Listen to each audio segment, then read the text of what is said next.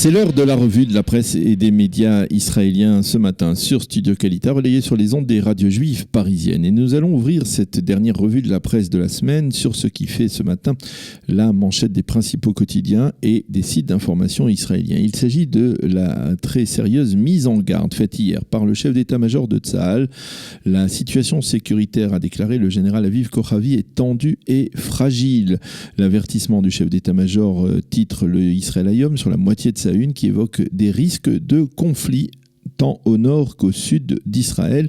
Nos ennemis ne sont pas intéressés par un conflit, mais une dégradation est tout à fait possible. Et pour le général Kochavi, la menace principale se situe dans le nord du pays, avec l'omniprésence iranienne en Syrie et les fameux missiles guidés par GPS détenus par le Hezbollah au Liban. Pour le général Kochavi, ces enjeux nécessitent une rallonge budgétaire conséquente du budget de la défense nationale et qu'un gouvernement de transition ne peut pas obligatoirement garantir. Dans son commentaire sur ces propos, Yoav Limor, l'analyste sécuritaire du Israël Hayom, estime que l'Iran est en train de passer à la vitesse supérieure pour tenter d'instaurer, alors qu'il n'y a à Jérusalem qu'un gouvernement de transition, une nouvelle réalité en Syrie d'abord, mais également à proximité de la frontière avec Israël. Et Limor explique qu'en dépit des sanctions imposées par les Américains, Téhéran fait montre d'une audace de plus en plus grande et comprend qu'une fois de plus, la force fait ses preuves dans la région. Le Israël Hayom, lui, a aussi indiqué, mais en entrefilé, que le chef d'état-major met en garde contre des risques de guerre, mais le journal préfère ce matin consacrer sa une aux manifestations monstres qui se déroulent à Beyrouth depuis de nombreuses journées pour protester contre la corruption et le marasme politique et économique qui frappe le pays du Cèdre.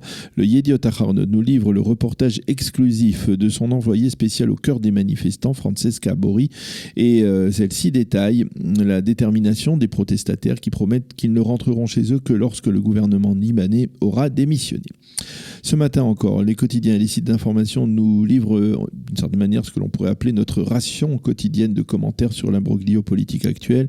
Les éditorialistes du Yediot Aharonot analysent ce matin dans le supplément politique du Shabbat l'impact de la remise par Reuven Rivlin du mandat à Benny Gantz. Nahum Barnea considère que mercredi soir à la présidence de l'État, le leader du parti bleu-blanc a prononcé un discours de réconciliation nationale apaisant, un discours qui a d'une certaine manière été extrêmement bien formulé. Mais il n'est pas du tout certain que ce discours ait pu entraîner une brèche dans la muraille d'opposition que Binyamin Netanyahou a construit.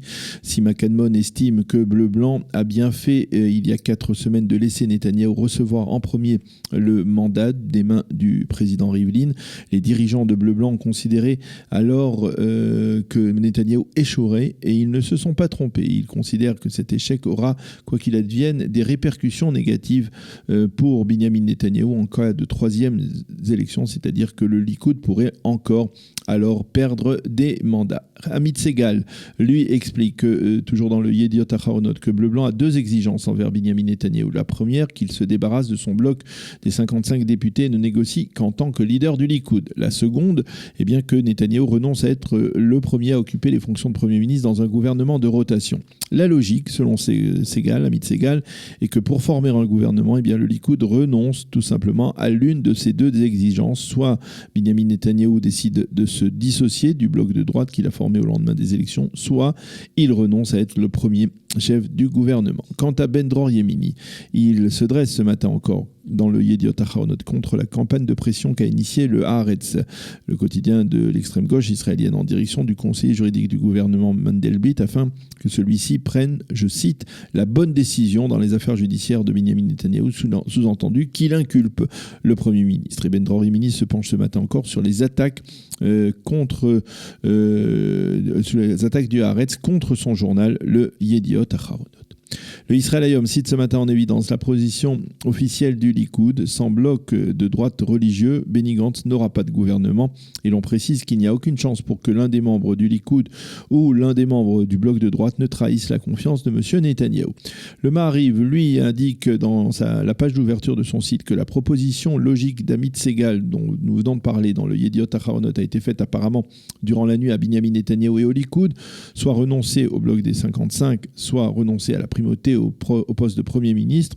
Et au Likoud, la première réaction à cette proposition semble plutôt négative. Nous n'accepterons d'entrer dans un gouvernement que sur la base de la proposition faite il y a 4 semaines par le président Rivlin, une proposition qui accorde certes la primauté à Netanyahou, mais qui est plus floue concernant le bloc de droite des 55 députés.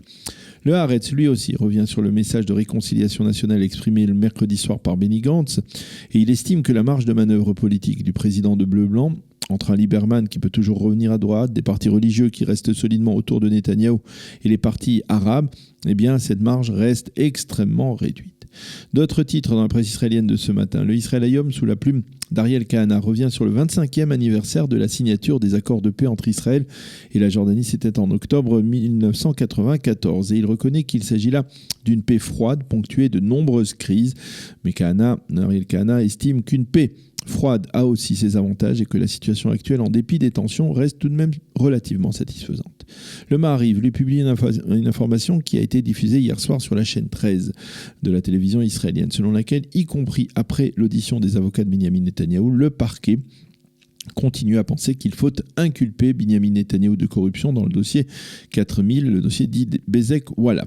Dès dimanche, le conseil juridique du gouvernement commencera à plancher sur les éléments apportés par les avocats du Premier ministre avec un objectif: publier sa décision finale concernant les chefs d'accusation contre Netanyahou à la fin du mois de novembre. Le Yediot Aharonot, lui, nous fait partager ce matin une scène émouvante, celle de la remise par des représentants des habitants du pourtour de la bande de Gaza, des représentants bien entendu israéliens, d'une distinction au lieutenant Achia Klein, qui lors d'une opération de découverte d'un tunnel offensif en 2013 a perdu la vue lors d'une explosion. Achia, nous sommes venus te dire merci et te dire que tu es notre héros, ont déclaré ces habitants du pourtour de la bande de Gaza. Achia Klein n'a pas caché sa surprise et son émotion. Il croyait en fait aller simplement visiter le centre rabbin à Tel Aviv et ne savait pas que les habitants du pourtour avaient organisé une cérémonie donc de remerciement. Le Yediot Aharonot souligne que malgré son handicap, donc il est aveugle, Achia n'a pas renoncé. Il a repris du service d'Antsal et se spécialise dans la recherche de solutions pour venir à bout justement de ces tunnels offensifs. Une belle et émouvante attention donc de la part des habitants du pourtour de la bande de Gaza envers l'un de leurs défenseurs. Et puis, tous les quotidiens israéliens nous rappellent que samedi soir, eh bien, nous passerons en Israël, comme d'ailleurs en Europe, à l'heure d'hiver et qu'à 2h du matin, il sera 1h et nous gagnerons donc 1 heure de sommeil. Voilà donc pour cette revue de la presse et des médias israéliens de ce vendredi matin.